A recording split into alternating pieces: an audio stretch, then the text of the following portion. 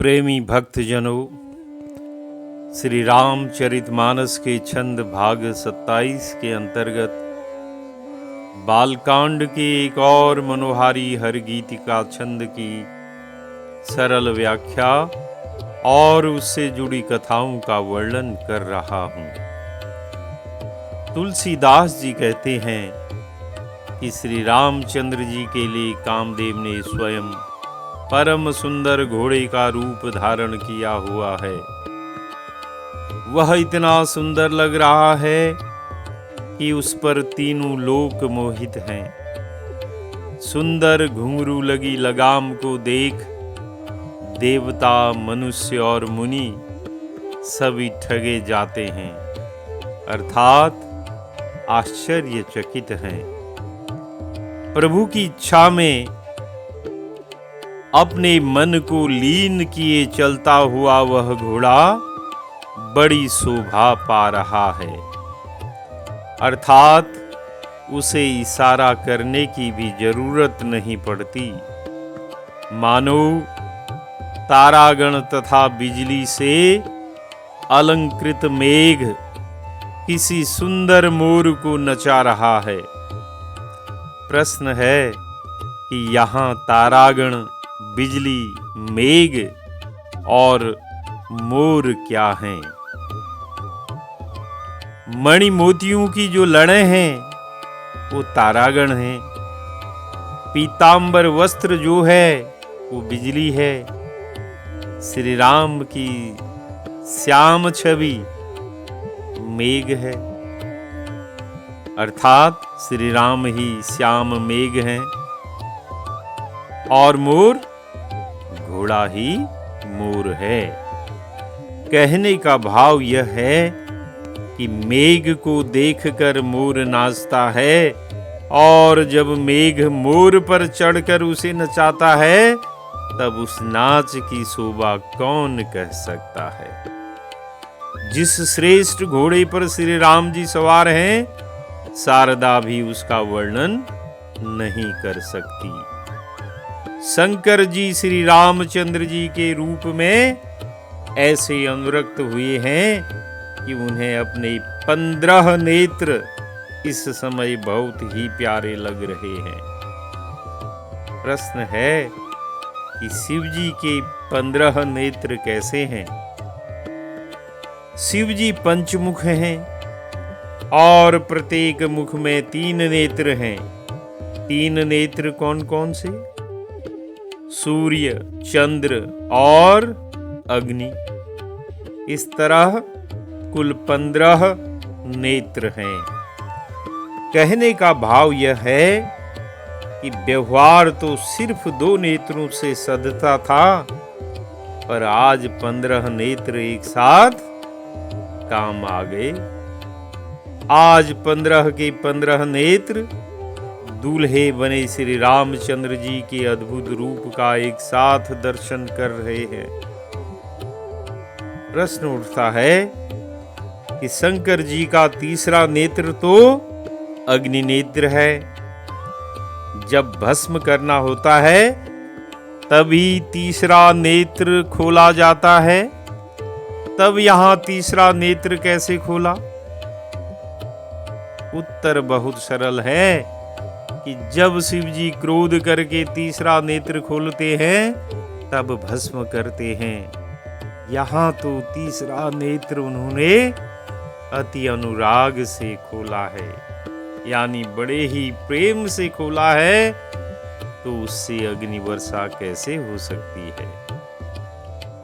भगवान के दूल्हे रूप के दर्शन करने के लिए अपना स्वभाव छोड़कर आज 5 अग्नि नेत्र अपने से ही खुल गए।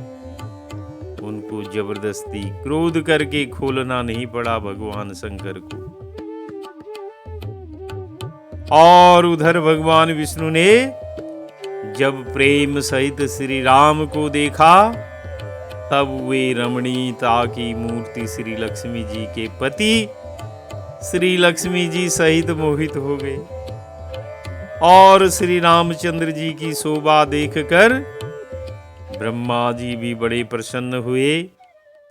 पर अपनी 8 ही नेत्र जानकर पछताने लगे कि और होते तो दर्शन का विशेष आनंद लेते।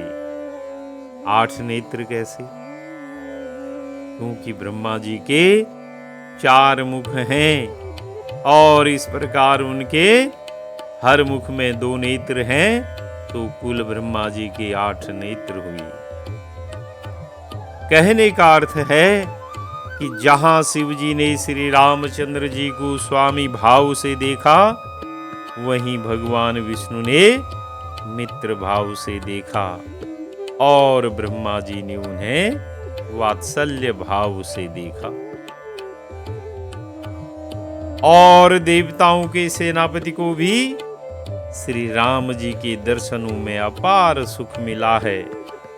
वे कह रहे हैं कि उन्हें ब्रह्मा जी से 1.5 गुना नेत्रों का लाभ मिला है।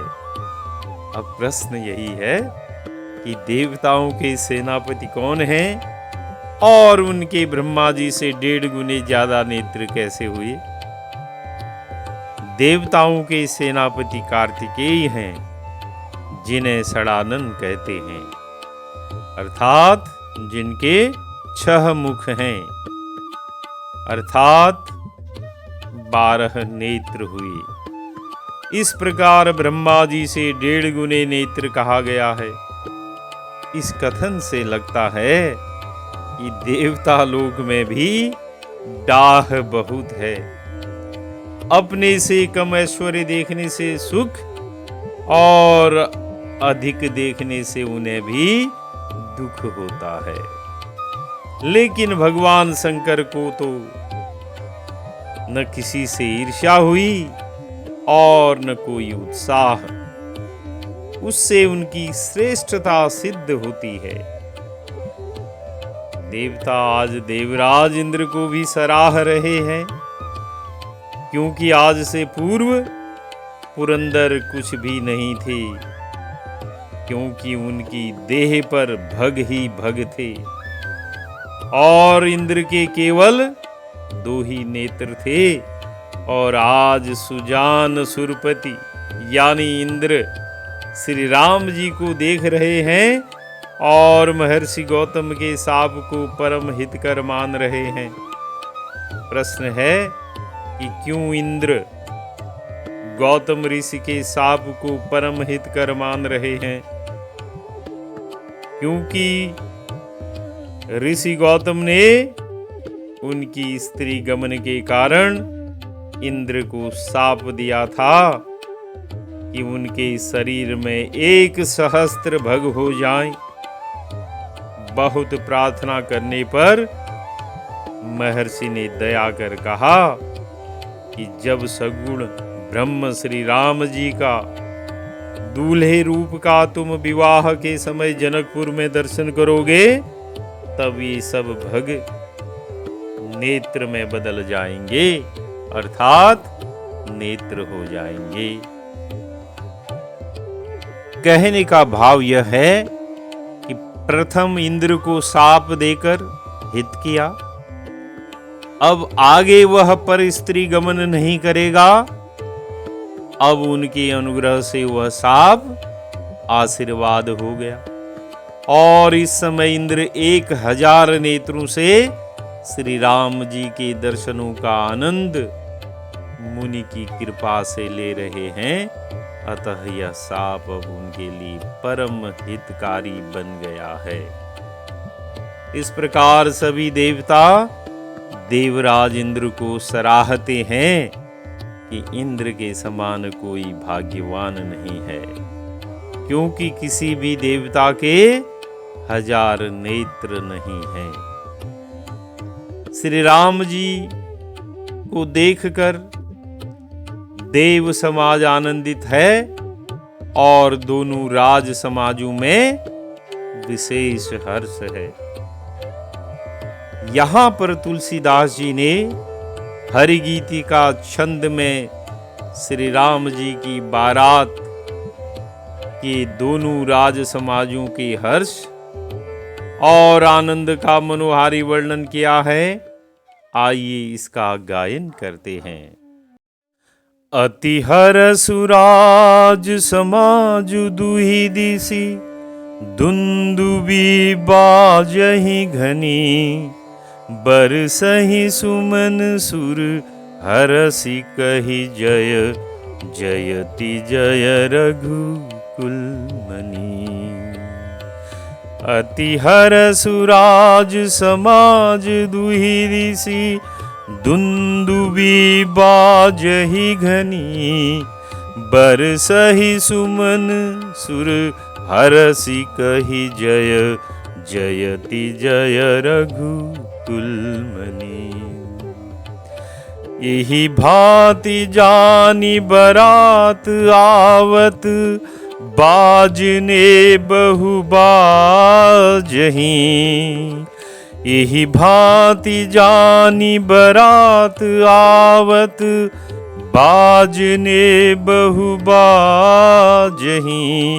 रानी सुआसिनी बोली परिछनी, हेतु मंगल साजहीं।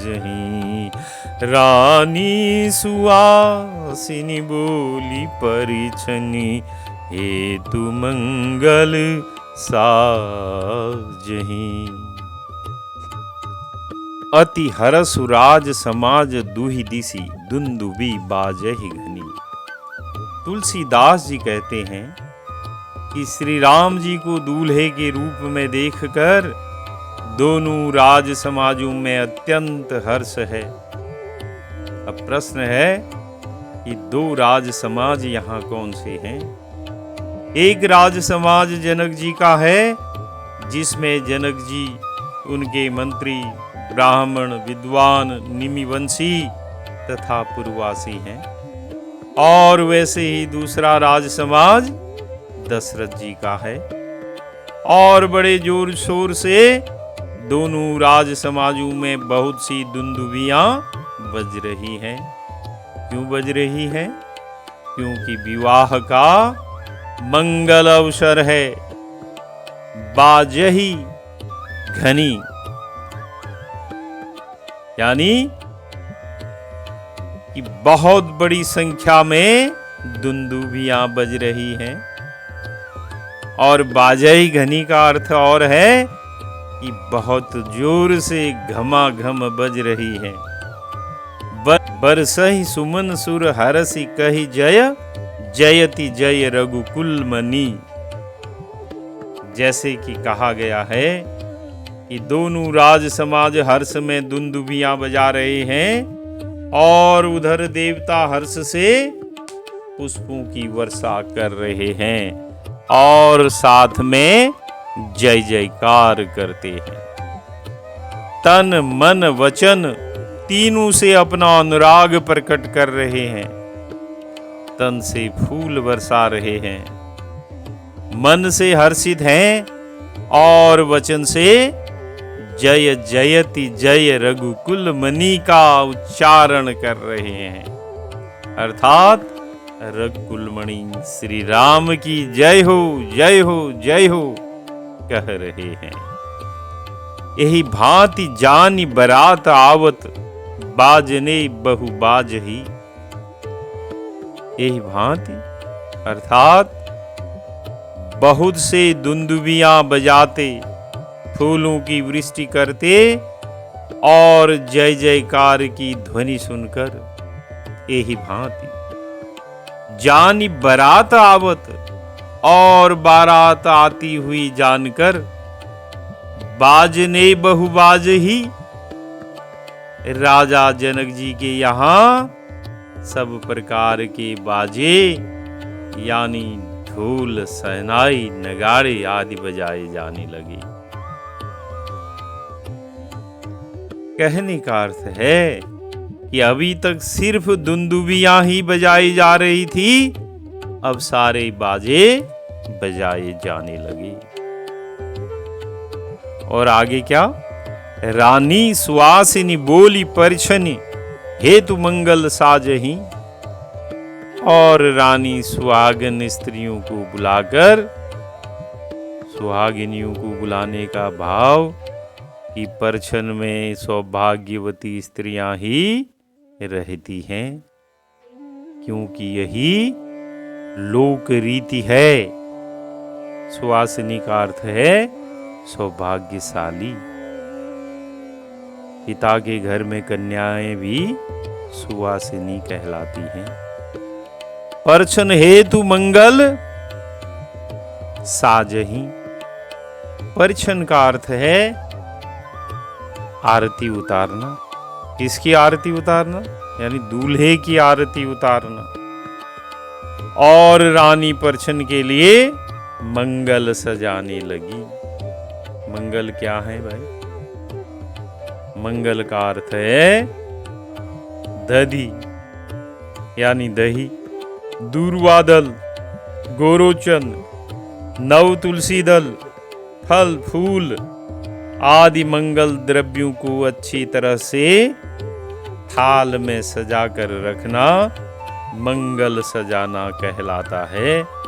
और ये सारी वस्तुएं परछन के काम आती हैं, यानी आरती उतारने के काम आती हैं। तो बोलिए सियावर रामचंद्र की जय।